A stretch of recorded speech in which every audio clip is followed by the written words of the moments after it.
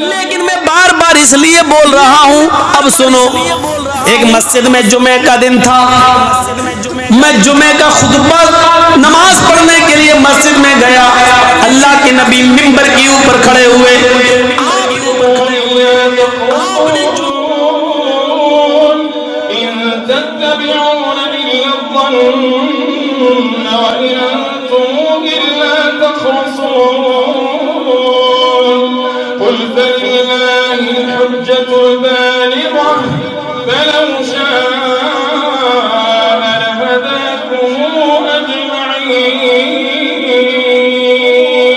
इसे उन्होंने मशवरा किया कि भाई मेरे घर में चूहे बहुत ज़्यादा हैं, क्या करें यार, कोई रास्ता बताओ। तो उन्होंने कहा बहुत आसान रास्ता, एक बिल्ली पाल लो। उन्होंने कहा यार ये तो बहुत आसान रास्ता है। वो एक बिल्ली ले आए, और जब बिल्ली ले आए तो उन्होंने पाल ली। दूसरे दिन चूहे भाग गए, सब कोई चूहा ही नहीं है। अब वो सोच रहे हैं कि यार मेरी बिल्ली ने तो एक भी चूहा नहीं खाया है, चूहे तो रोज आते थे, मेरे कपड़े काट जाते थे, ये कर जाते थे, वो कर जाते थे, और बिल्ली ने एक भी चूहा नहीं खाया, ना मारा, चूहे भाग कहाँ गए। दूसरे दिन उन्होंने बिल्ली ख़त्म कर दी, भले मारी नहीं है, बिल्ली को छोड़ दिया, चली गई। किसी ने पूछा कि तुमने बिल्ली, चूहे फिर आ गए। पूछा कि भाई तुम तो बिल्ली ले आए थे, फिर क्या हुआ। कहा मैं बिल्ली ले आया था, बिल्ली ने एक भी चूहा मारा नहीं, चूहे भाग गए। बिल्ली को फिर मैंने इसलिए घर में नहीं पाला क्योंकि मेरे चूहे भागकर पड़ोसी के यहां चले गए थे। तो ये कौन सी इंसानियत है और कौन सा ईमान है कि अपने घर की हिफाजत के लिए मैं बिल्ली ले आऊं और वो चूहे जो मेरे घर में थे वो भागकर पड़ोसी के घर में चले जाएं और उसको नुकसान पहुंचाएं। तो ये भी तो इस्लाम नहीं है। अल्लाह के नबी ने फरमाया जो अपने लिए पसंद करो वो अपने भाई के लिए पसंद करो। तो जो चूहे मुझे अपने घर में पसंद नहीं है तो अपने भाई के घर में कैसे पसंद कर लूं। इसलिए मैंने सोचा कि डर की वजह से बिल्ली के ये चूहे पड़ोसी के घर में घुस गए। पड़ोसी को सताना भी अच्छा नहीं है। उन्होंने कहा बिल्ली ही को हटा दो, मेरे चूहे मुझे नुकसान पहुंचाएं लेकिन पड़ोसी को नहीं। इतना एहसास किसको होता है। यहां तो ये देखते हैं कि मेरे घर में क्या पका है, पड़ोसी के घर में क्या पका है, आज उसने ये पकाया तो मैं उससे अच्छा पकाऊं। हमने आज 500 रुपए कमाए, पड़ोसी ने 800 कैसे कमा लिए। आज ये सूरत हाल हमारी हो गई। इंसानियत का दर्स देखिए। अल्लाह के नबी फरमाते हैं मोमिन ने अब्दुल्ला इब्न उमर रजी अल्लाह ताला अन्हु, कौन नहीं जानता, जलील कद्र सहाबी हजरत उमर फारूक के बेटे, इनके घर अकीका हुआ। अब्दुल्ला इब्न उमर अपने बेटे का अकीका कर रहे हैं। बकरे 2 जानवर खरीद के लाए तो अपनी बीवी से कहा इसको 7वें दिन ज़िबा करना है ना, अकीका 7वें दिन है, 7वें दिन इसको ज़िबा करना है। देखो मेरी बीवी, जब बकरे ज़िबा हो जाएं और गोश्त पक जाए 7वें दिन तो मेरे पड़ोसी को ज़रूर पहुंचा देना उसका गोश्त। पड़ोसी यहूदी था। एक बात याद रखिएगा, सुनिए, पड़ोसी कौन था? यहूदी।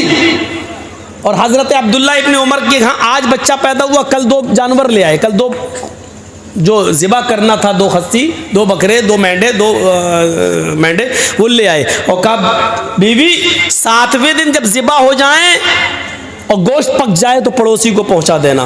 कहा ठीक है। फिर जब 4 दिन रह गए, कहा देखो भूलना नहीं, पहुंचा देना। कि हाँ ठीक है।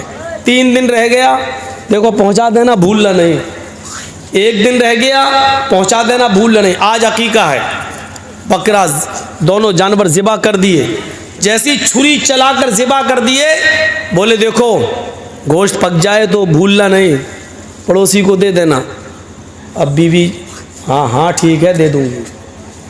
खाल उतरने लगी, जब बोटियाँ बनने लगी, फिर आए अब्दुल्ला इब्न उमर, बन गई गोश्त की बोटियाँ? नहीं अभी बन रही हैं। हाँ देखो जब गोश्त पक जाए तो पड़ोसी को ज़रूर पहुँचा देना।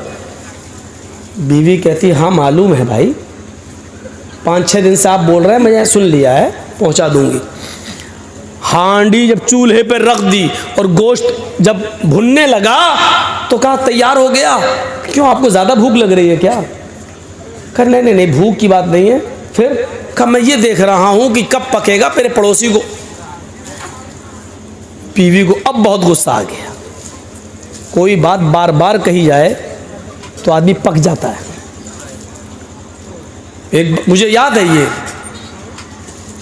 कोई आदमी मुझे एयरपोर्ट पे से लेने गए और लेके आए, मौलाना साहब हमारे यहाँ के हालात बहुत ख़राब हैं, ज़रा संभल के बोलना, ऐसा मत बोलना। मैंने कहा ठीक है भाई, याद रखूँगा। जब तक गाड़ी चलती रही वो यही समझाते रहे हमको। मैंने कहा ठीक है। असल में वही ज़िम्मेदार थे और थाने में उनसे लिखवा लिया गया था कि अगर कुछ हुआ तो सबसे पहले मैं तुम्हें पकड़ूंगा। तो उनको तो डर इसलिए लगा हुआ था। अब गाड़ी से उतरे, जिस रूम में हमको ठहराया, मौलाना देखिए भाई मेरी इज्जत का सवाल है। मैंने कहा ठीक है। नाश्ता आया, पानी पिया। देखिए मौलाना बहुत ज़्यादा वो CID वाला परेशान कर रहा, बार बार फ़ोन कर रहा है। मैंने कहा हाँ भाई ठीक है भाई, मैं सही बोलूँगा, घबराओ नहीं। खाना खिला रहा तब भी वही, उसका दिमाग वही लगा हुआ है। स्टेज पे बैठ गया, आधे घंटे तक दूसरों की तक़रीर अखीरी चल रही थी, मैं बैठा रहा। और जैसे ही मैं कुर्सी पे बैठा, फिर कान में कह दिया मौलाना ज़रा ख्याल रखिएगा, अब मेरा आ गया। एयरपोर्ट से लेके यहाँ तक उसने पका के रख दिया। मैंने शुरुआत ही वहीं से कर दी और पूरी 2 घंटे तक मैंने फिर तो तकरीर की, जिससे मना किया वही सबसे ज़्यादा बोला। और पीछे मुड़ के देखा तो सब गायब है ही नहीं, भागे। और बाद में जब जलसा वलसा ख़त्म हुआ तो गांव वालों में फ़ोन नंबर होते ही हैं, किसी से मैंने पूछा फ़ोन करके, पता चला 3 दिन के बाद वो गांव में आया। वो आदमी 3 दिन के बाद आया, गांव छोड़ के भाग गया था। कहता कि इस मौलवी को जितना मना करोगे उतना ही करेगा। हमने कहा ये आदम अलैहिस्सलाम की फितरत है, मेरे अंदर भी है। अल्लाह ताला ने कितनी बार कहा, देखो जन्नत में खूब खाओ, जितना खा सकते हो खाओ, टहलो घूमो आदम से, लेकिन इस पेड़ के पास मत जाना, इस दरख्त के करीब मत जाना। और जिससे मना किया गया वो वहीं चले गए। तो ये तो आदम की फितरत में शामिल है, हम भी तो इंसान हैं। अरे एक बार कह दिया, 2 बार कह दिया, तुम किसी को पकाओगे? अब ऐसा लगता है। फिर बाद में गुस्सा आ गया। फिर मुझे ऐसा लगा जैसे मैं तुम्हारा नौकर बन के आया हूँ।